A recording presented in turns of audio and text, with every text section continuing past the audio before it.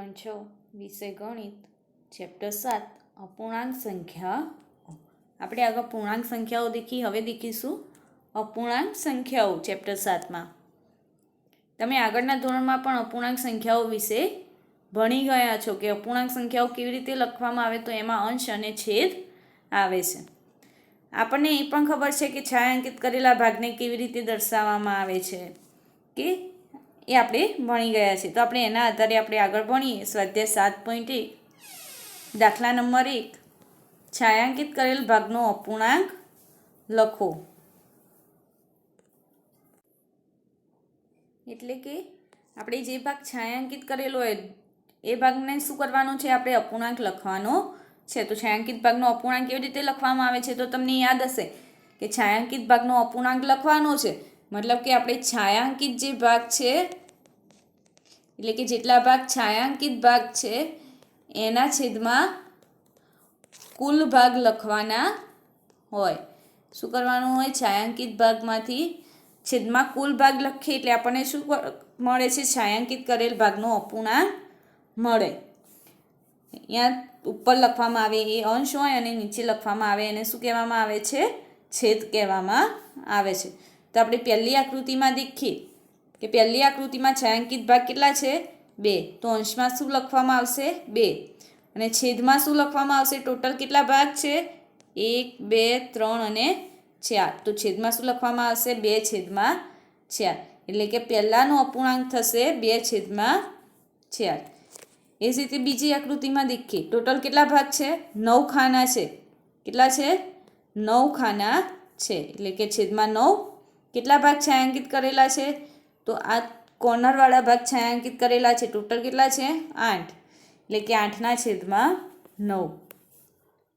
અહીંયા દેખીએ કેટલા રાઉન્ડ આપેલા છે, ટોટલ 8 રાઉન્ડ આપેલા છે, એમાંથી 4 રાઉન્ડ શું કરેલા છે, છાयांકિત કરેલા છે, તો 4/8।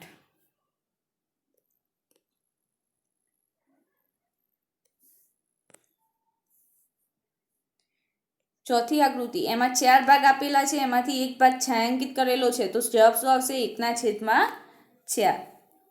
પાંચમામાં ટોટલ કેટલા ભાગ આપેલા છે, 1, 2, 3, 4, 5, 6 અને 7 ભાગ આપેલા છે, એમાંથી કેટલા ભાગ, 3 ભાગ છાयांકિત કરેલા છે, તો 3/7 એ છાयांકિત કરેલ ભાગનો અપૂર્ણાંક દર્શાવે છે। છઠ્ઠું, કેટલા ફૂલની આપેલા છે આપણને, ટોટલ 12 ફૂલ આપેલા છે, એમાંથી સૌપ્રથમ 3 ફૂલ શું કરેલા છે, છાयांકિત કરેલા છે, એટલે કે 3/12। અહીંયા 10 પેન્સિલ આપેલી છે, એટલે કે 10 અને 10/10 કેવી કરેલી છે, છાयांકિત કરેલી છે, એટલે કે 10/10।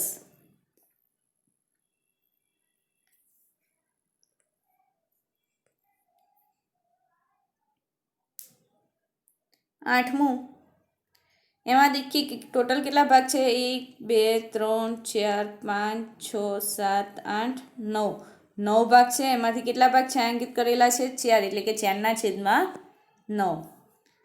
નવમી આકૃતિમાં દેખીએ તો ટોટલ 8 ભાગ છે, એમાંથી 4 ભાગ છાयांકિત કરેલા છે, એટલે કે 4.8 અથવા તો 4/8।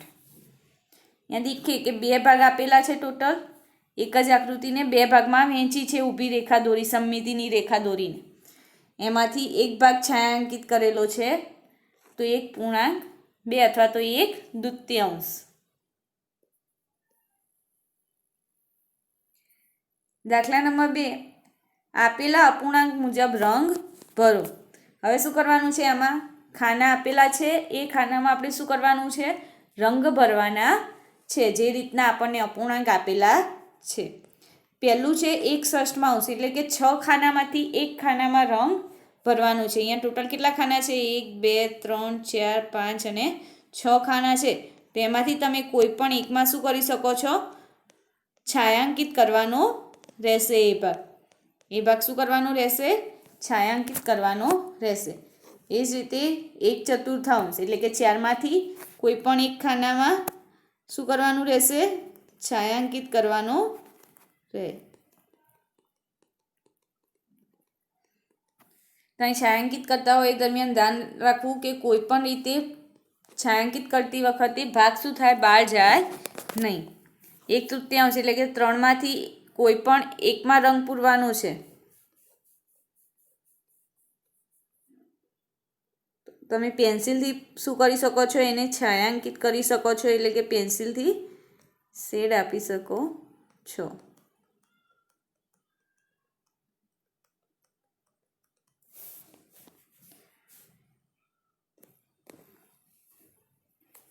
ચોથી આકૃતિ, એમાં શું કીધું છે, 3/4 એટલે 4માંથી ટોટલ કેટલા ભાગ છાયાંકિત કરવાના છે?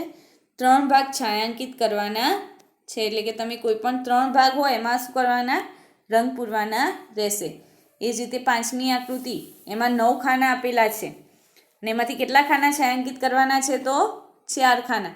તો કોઈ પણ 4 ખાના જ લઈ અને તમે એને શું કરી શકો છો? છાયાંકિત કરી શકો છો. એવું જરૂરી નથી કે જે ખાના આપણે દરેકના સરખા હોય, કોઈ પણ ખાનામાં રંગ પૂરી શકે છે. ધારો કે કોઈ ખૂણા પરના 4 ખાના લેશે, કોઈ આ રીતના 4 ખાના લેશે, પણ એ ખાનાની સંખ્યા કેટલી હોવી જોઈએ? 4. 4થી વધારે વધવી જોઈએ નહીં. જો તમે 5 ખાનામાં રંગ ભરશો તો એ શું થશે? 5/9 લખાય છાયાંકિત ભાગ. તો આપેલા અપૂર્ણાંકને માપ જેટલો થશે નહીં. તો એ શું કહેવાશે? ખોટું કહેવાય. દાખલા નંબર 3, જો કોઈ ભૂલ હોય તો શોધો. અહીંયા 3 આકૃતિ આપેલી છે, એમાં છાયાંકિત ભાગ કરેલો છે અને એના નીચે અપૂર્ણાંક દર્શાવવામાં આવેલા છે. તો ધારો કે આપણે પહેલી આકૃતિમાં દેખીએ છીએ કે 2 ભાગ કરેલા છે, 1/2 ભાગ એમાં છાયાંકિત કરેલો છે. આપણને દેખવાથી એમ લાગશે કે અપૂર્ણાંક કેવા આપેલા છે? સાચા. પણ આ સાચું નથી. કેમ? કારણ કે આપેલ ચિત્રમાં કરવામાં આવેલા ભાગ કેવા છે? સરખા નથી. ભાગ જે છે એ કેવા છે? સરખા નથી. કેવા છે? નાના મોટા ભાગ કરવામાં આવેલા છે. અને જ્યારે આપણે અપૂર્ણાંક લખીએ છીએ કોઈ પણ આકૃતિના આધારે, તો એમાં કરવામાં આવેલા ભાગ કેવા હોવા જોઈએ? સરખા હોવા જોઈએ. દરેક ભાગ આકૃતિમાં કેવો હોવો જોઈએ? સરખો હોવો જોઈએ. તો જ આપણે શું કરી શકીએ? એનો છાયાંકિત કરેલો ભાગ આપણે શું કરી શકીએ? અપૂર્ણાંક તરીકે લખી શકીએ. પણ અહીંયા આપણે દેખીએ, ધારો કે અહીંયા બીજી આકૃતિમાં તમે દેખી શકો છો કે 4 ખાના કરેલા છે, એમાંથી 2 ખાના કેવા છે? નાના, અને બીજા 2 ખાના મોટા છે. તો તમે એના છાયાંકિત કરેલ ભાગમાં 1/4 ભાગ છાયાંકિત કરેલ છે એ લખી શકો નહીં. એક અપૂર્ણાંક કેવો દર્શાવે છે? ખોટો દર્શાવે છે. એટલે કે આપેલ ચિત્રમાં કરવામાં આવેલ ભાગ સરખા નથી. છાયાંકિત ભાગ આપેલા અપૂર્ણાંકને દર્શાવતો નથી. એની શું છે? ભૂલ છે એમ કે. દાખલા નંબર 4, 8 કલાક દિવસનો કેટલામો ભાગ છે? 8 કલાક દિવસનો કેટલામો ભાગ થાય? આપણને ખબર છે કે એક દિવસમાં કેટલા કલાક હોય? 24 કલાક હોય. તો 8 કલાક એટલે કે માગ્યા પ્રમાણે 8 કલાક દિવસનો કેટલામો ભાગ? એટલે કે 8/24. એક દિવસના 24 કલાક એટલે કે 8/24 લખી શકો. આપણે જો એના છેદ ઉડાડીએ તો ઉપર 8, 24 છેદમાં છે. 24ના જગ્યાએ શું લખી શકીએ? 8×3. અંશમાં 8 અને છેદમાં 8 તો કેન્સલ. તો ઉપર કેટલા વધ્યા? કંઈ નહીં, એટલે 1 અને છેદમાં 3 એટલે કે 1/3. એટલે કે 8 કલાક એ દિવસનો 8/24મો ભાગ એટલે કે 1/3 ભાગ છે. જો તમને છેદ ઉડાડતા ના આવડે તો તમે શું લખી શકો? 8/24મો ભાગ કહેવાય. દાખલા નંબર 5, 40 મિનિટ એ કલાકનો કેટલામો ભાગ છે? 1 કલાકની કેટલી મિનિટ થાય? 60 મિનિટ. તો માગ્યા પ્રમાણે અપૂર્ણાંક એટલે કે 40 મિનિટ એ કલાકનો એટલે કે 40/60. તો શું થાય? 20×2 = 40 અને 20×3 = 60. 20 કેન્સલ. તો કેટલા વધ્યા? 2/3. એટલે કે 40 મિનિટ એ કલાકનો 40/60મો અથવા તો 2/3મો ભાગ છે.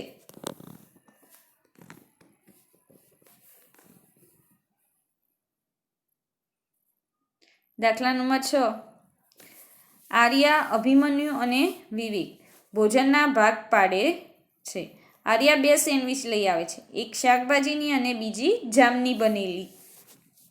બીજા 2 છોકરાઓ તેમનું ભોજન ભૂલી ગયા છે. તે રીતે આર્યા તેની સેન્ડવિચ આપવા માટે તૈયાર થાય છે કે જેથી દરેક છોકરાઓને સમાન સેન્ડવિચનો ભાગ આવે. શું કરવાનું છે? આર્યા, અભિમન્યુ અને વિવેક વચ્ચે સમાન રીતે સેન્ડવિચ વહેંચાય તો આર્યા શું કરે છે? સેન્ડવિચ આપવા તૈયાર થાય છે. તો પહેલું છે એમાં આર્યા તેની સેન્ડવિચ કેવી રીતે વહેંચશે જેથી બધાને એક સમાન ભાગ મળે. તો હવે સેન્ડવિચને એવી કેવી રીતે ભાગ કરી શકાય કે બધાને એક સમાન રીતે આપણે સેન્ડવિચ આપી શકીએ. ને બીજું, દરેક છોકરાને સેન્ડવિચનો કેટલામો ભાગ મળે? તો સેન્ડવિચની કુલ સંખ્યા કેટલી છે? 2 અને છોકરાઓ કેટલા છે? કુલ 3. તો આર્યાએ 2 સેન્ડવિચ 3 છોકરાઓ વચ્ચે વહેંચવી હોય તો તેણે 2 સેન્ડવિચના 3 ભાગ કરી દરેકને 2-2 ભાગ આપવા પડે. એટલે કે એક સેન્ડવિચમાં આપણે કેટલા ભાગ કરીએ? 3 ભાગ. શાકભાજીની સેન્ડવિચ છે એના 3 સરખા ભાગ કર્યા. જામની સેન્ડવિચ છે એના પણ શું કર્યા? 3 સરખા ભાગ. એટલે દરેક છોકરાને એક શાકભાજીની સેન્ડવિચનો ટુકડો મળશે અને એક જામની સેન્ડવિચનો ટુકડો. એટલે કે 2/3 3 ટુકડામાંથી શું થાય? દરેકને 2/3 સેન્ડવિચ મળે. અને દરેક છોકરાને સેન્ડવિચનો કેટલામો ભાગ મળશે? તો એક સેન્ડવિચમાંથી એક ભાગ, 3 ભાગમાંથી એક ભાગ શું થાય? દરેક છોકરાને આપવામાં આવશે. એટલે કે 1/3 ભાગ એને મળે.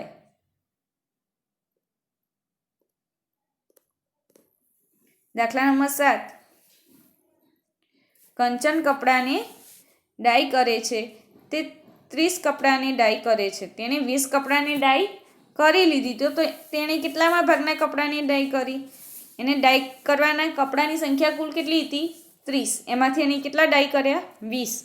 તો ડાય કરી દીધેલ હોય એવા કપડાનો અપૂર્ણાંક શોધવો છે તો શું થશે? ડાય કરી દીધેલ કપડાની સંખ્યા છેદમાં કુલ કપડાની સંખ્યા એટલે કે 20/3. તો જવાબ કેટલો આવશે? 2/3. કેવી રીતે? 0 0 શું થાય? 10. એકમના સ્થાને છે તો કેન્સલ. અથવા તો તમે શું લખી શકો?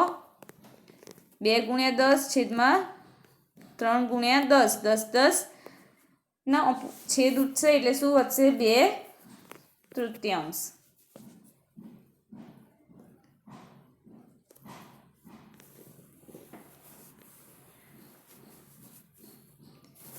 દાખલા નંબર 8. એમાં છે 2 થી 12 સુધીની પ્રાકૃતિક સંખ્યાઓ લખો. તેમાંના કેટલામાં ભાગની અવિભાજ્ય સંખ્યાઓ છે? તો 2 થી 12 સુધીની પ્રાકૃતિક સંખ્યાઓ કઈ થાય? 2 3 4 5 6 7 8 9 10 11 અને 12. એટલે કે કુલ કેટલી થઈ? 11 સંખ્યાઓ થઈ. 2 થી લઈને 12 સુધીની સંખ્યાઓ ગણી કેટલી થશે? 11. એમાં અવિભાજ્ય સંખ્યાઓ કેટલી છે?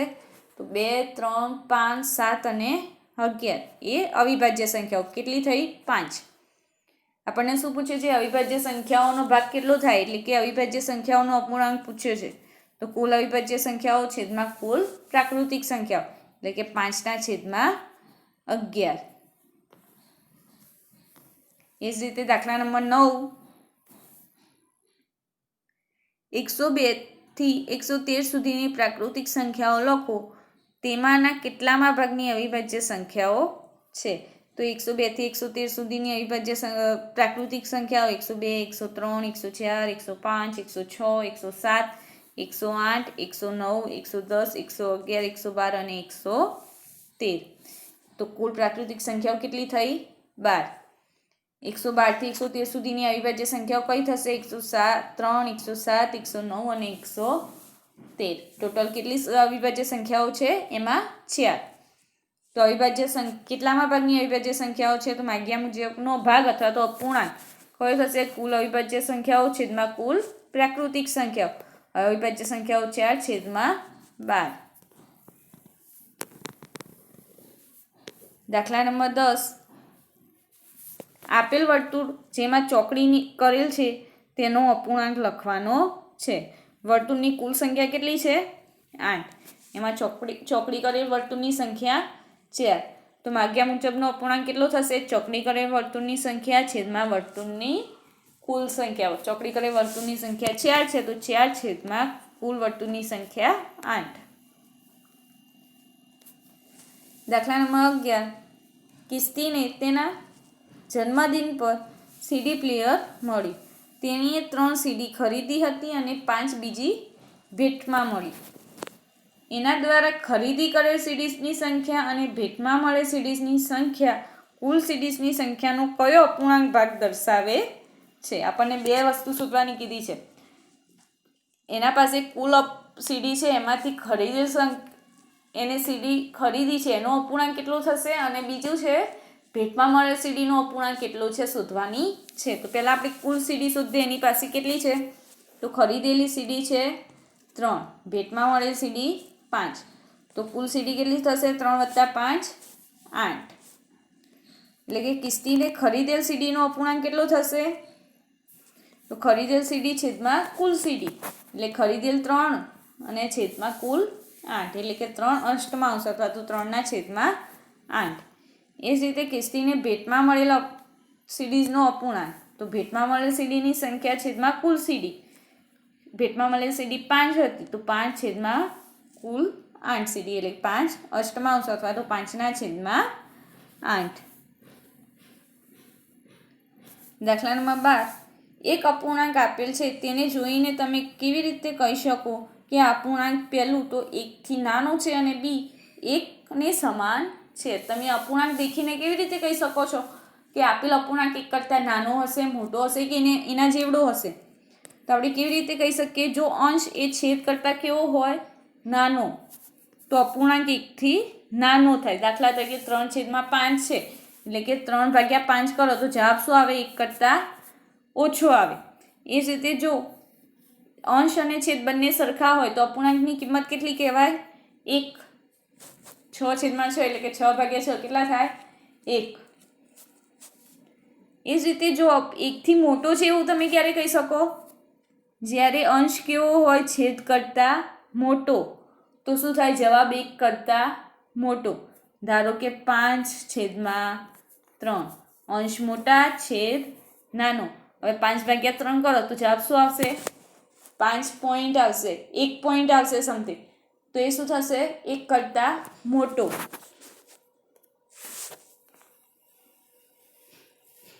દાખલા નંબર 13. કોઈ પણ એકનો ઉપયોગ કરી ખાલી જગ્યા ભરો. લેસ ધેન, ગ્રેટર ધેન અથવા ઇક્વલ ટુનો ઉપયોગ કરવાનો છે.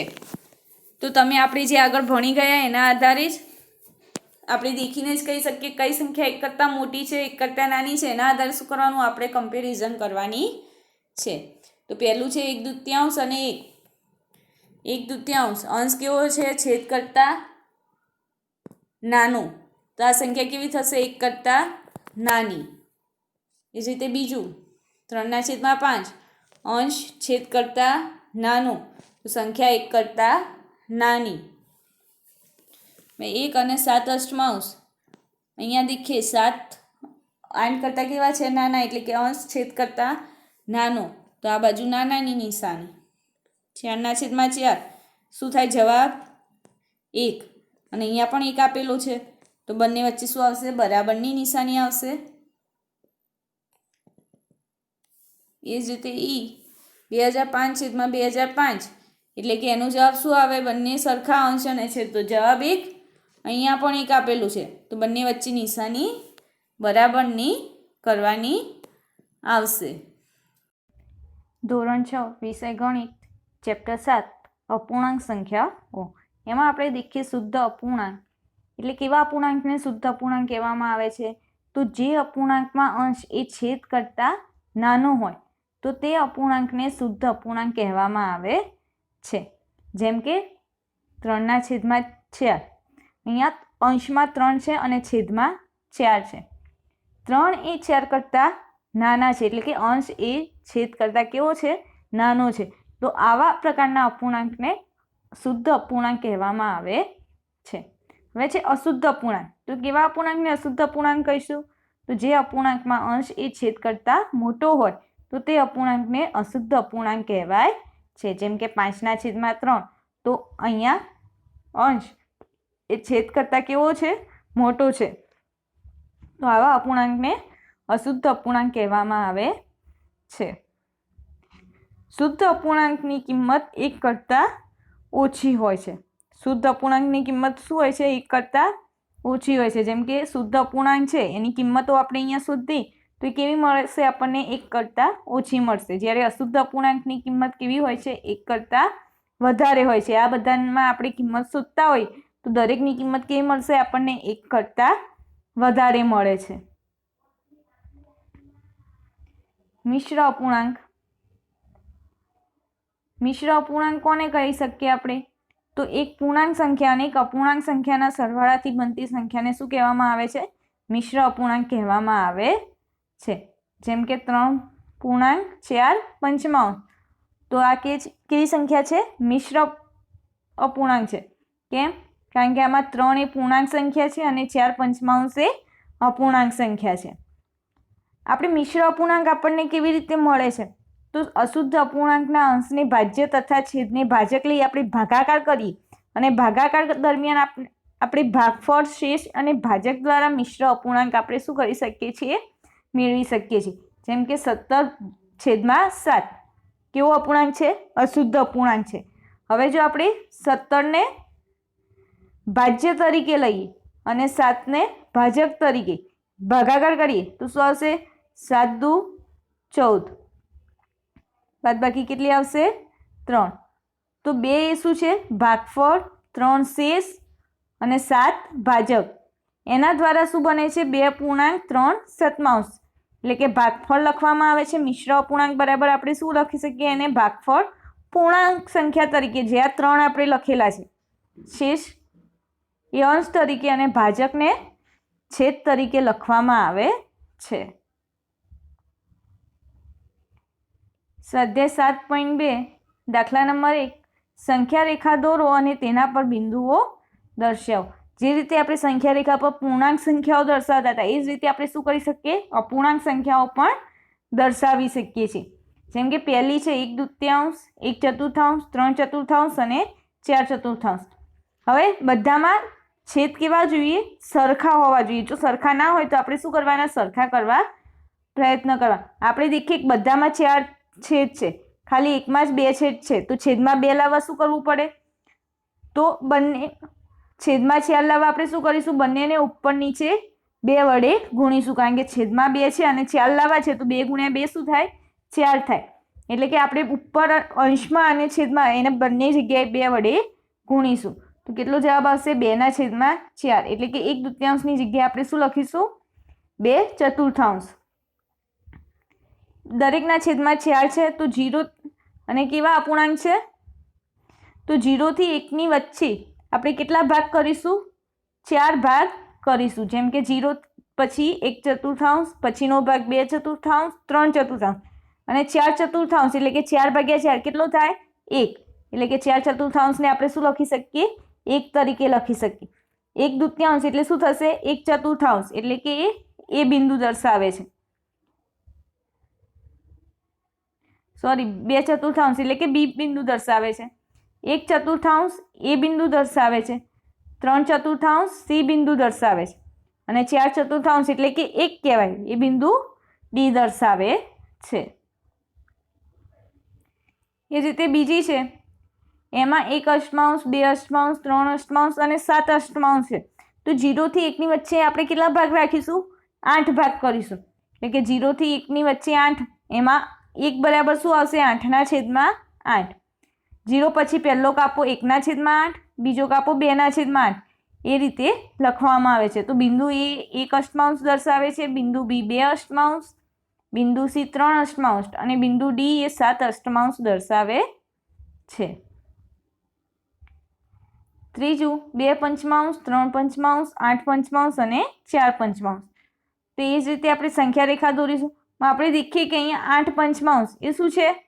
1 કરતાં મોટા છે. કેવા અપૂર્ણાંક છે? અશુદ્ધ અપૂર્ણાંક છે. 1 કરતાં મોટા છે તો આપણે છેદમાં 5 જ રાખીશું અને સંખ્યા આપણે એ જ રીતે આગળ વધારીશું. તો 5/5 એટલે શું થશે? 1. એના પછી જે કાપો આવશે એના માટે આપણે શું લખીશું? 6/5. જે રીતે 1ના પછી 2 આવે તો એ ક્યારે આવશે? જ્યારે 10/5 આવે. 10/5 એટલે શું આવશે? 2. તે આગળ આપણે શું દર્શાવશે? 2. બિંદુ એ શું દર્શાવે છે? 2/5. બિંદુ બી 3/5 દર્શાવે છે. બિંદુ સી એ 4/5 દર્શાવે છે અને બિંદુ ડી એ શું દર્શાવે છે? 8/5 દર્શાવે છે. દાખલા નંબર 2 નીચે આપેલાને મિશ્ર અપૂર્ણાંક સ્વરૂપમાં દર્શાવો. મિશ્ર અપૂર્ણાંકને આપણે કેવી રીતે દર્શાવી શકીએ છીએ? તો ભાગફળ, શેષ અને ભાજક આ રીતે લખવામાં આવે છે.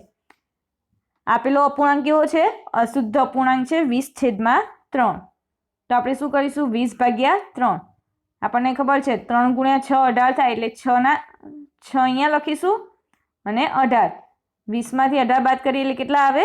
2. તો અહીંયા શેષ કેટલી આવી છે? 2. તો 20/3 એને મિશ્ર અપૂર્ણાંક સ્વરૂપે શું લખાશે? અહીંયા જે ભાગફળ આવ્યું છે 6 એ પૂર્ણાંક સંખ્યા. હવે અપૂર્ણાંક સંખ્યા લખીશું. એમાં શેષ 2 અંશમાં અને ભાજક 3 છેદમાં લખીશું.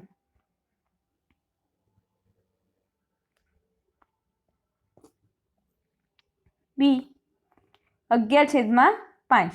તો એ જ રીતે 11/5, 5 દુ 10, એટલે કે શેષ 1 વધશે. તો ભાગફળ 2 પૂર્ણાંક સંખ્યા તરીકે 1 અને શેષ 1 છે એટલે અંશમાં 1 અને છેદમાં શું આવશે?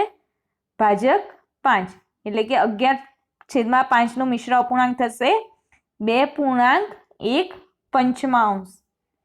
17/7. તો એ જ રીતે 17/7, 7 દુ 14, શેષ કેટલી આવે છે? 3.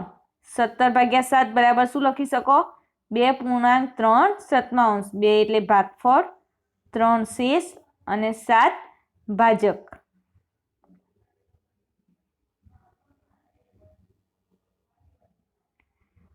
ચોથું 28/5, એટલે કે 28/5. તો શું થાય? 5 × 5 25, એટલે કે 5 25. તો કેટલા આવશે શેષ? 3 વધે. 28/5 તો શું થશે? 5 એટલે ભાગફળ, 3 શેષ અને 5 ભાજક, એટલે કે 5.3 પંચમાંશ. ઈ 19/6, એટલે કે 19/6. તો એને એ જ રીતે 19/6 એટલે 6 તરી 18, એટલે શેષ કેટલી આવશે? 1. તો એને મિશ્ર અપૂર્ણાંકમાં શું લખાશે? 3.1 ષષ્ઠમાંશ. 35/9, એટલે કે 35/9. તો શું થશે? 9 તરી 27, 9 ચોક 36 વધી જાય છે, એટલે કે 9 તરી 27 લઈશું. તો શેષ કેટલી મળશે? 8. 35માંથી 27 બાદ કરીએ એટલે કેટલા આવે? 8. તો મિશ્ર અપૂર્ણાંક કયો બનશે આપણો? 3.8 નવમાંશ. દાખલા નંબર 3. નીચે આપેલાને અશુદ્ધ અપૂર્ણાંક સ્વરૂપમાં દર્શાવો. અશુદ્ધ અપૂર્ણાંકને આપણે કેવી રીતે મિશ્ર અપૂર્ણાંકમાં ફેરવી શકીએ? તો પૂર્ણાંક ગુણ્યા છેદ વત્તા અંશ કરીએ અને ફરી પાછો છેદમાં છેદ લખવામાં આવે. જેમ કે 7.3 છે, તો શું કરવાનું? પૂર્ણાંક સંખ્યાનો છેદ સાથે ગુણાકાર, એટલે કે 7 × 4. પૂર્ણાંક સંખ્યા કઈ છે? 7 અને છેદમાં 4 છે, એટલે એ બંનેનો ગુણાકાર વત્તા એમાં શું કરવામાં આવે છે? અંશ ઉમેરવામાં આવે, એટલે કે +3 અને છેદમાંની સંખ્યા ફરી છેદમાં એટલે 4. 7 × 4 કેટલા થાય? 28 વત્તા 3 છેદમાં 4, 28 વત્તા 3 31/4. એ જ રીતે બીજું 5.6 સપ્તમાંશ. તો એને પણ એ જ રીતે દર્શાવવામાં આવશે. પૂર્ણાંક સંખ્યા અને છેદનો ગુણાકાર 5 × 7 વત્તા અંશ 6 છેદમાં 7, જે છેદમાં આપેલી સંખ્યા છે એ. 7 × 5 કેટલા થશે? 35 વત્તા અંશ 6 અને છેદમાં 7, 35 વત્તા 6 41/7. સી 2.5 ષષ્ઠમાંશ. તો શું લખવામાં આવશે? 2 × 6 પૂર્ણાંક અને છેદનો ગુણાકાર વત્તા અંશ અને છેદમાં 6, 6 × 2 12 વત્તા 5 17 અને છેદમાં 6. 10.3 પંચમાંશ. તો 10 × 5 50 વત્તા અંશ 3 છેદમાં 5, એટલે 50 વત્તા 3 53/5.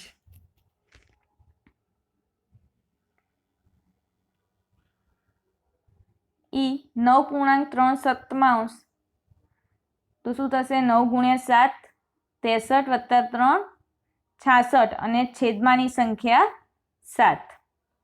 8.96 તે પણ એ જ રીતે 8 × 9 72 વત્તા અંશ 4 એટલે કે 76 અને છેદમાં 9. આ મિશ્ર અપૂર્ણાંકને અશુદ્ધ અપૂર્ણાંકમાં ફેરવી શકીએ અને અશુદ્ધ અપૂર્ણાંકને આપણે મિશ્ર અપૂર્ણાંકમાં ફેરવી શકીએ, પણ એના માટેના જે સૂત્ર છે એ તમારે શું કરવા પડશે? યાદ રાખવાના છે, કે જેથી તમે સરળતાથી મિશ્ર અપૂર્ણાંકને અશુદ્ધ અપૂર્ણાંકમાં અને અશુદ્ધ અપૂર્ણાંકને મિશ્ર અપૂર્ણાંકમાં ફેરવી શકો.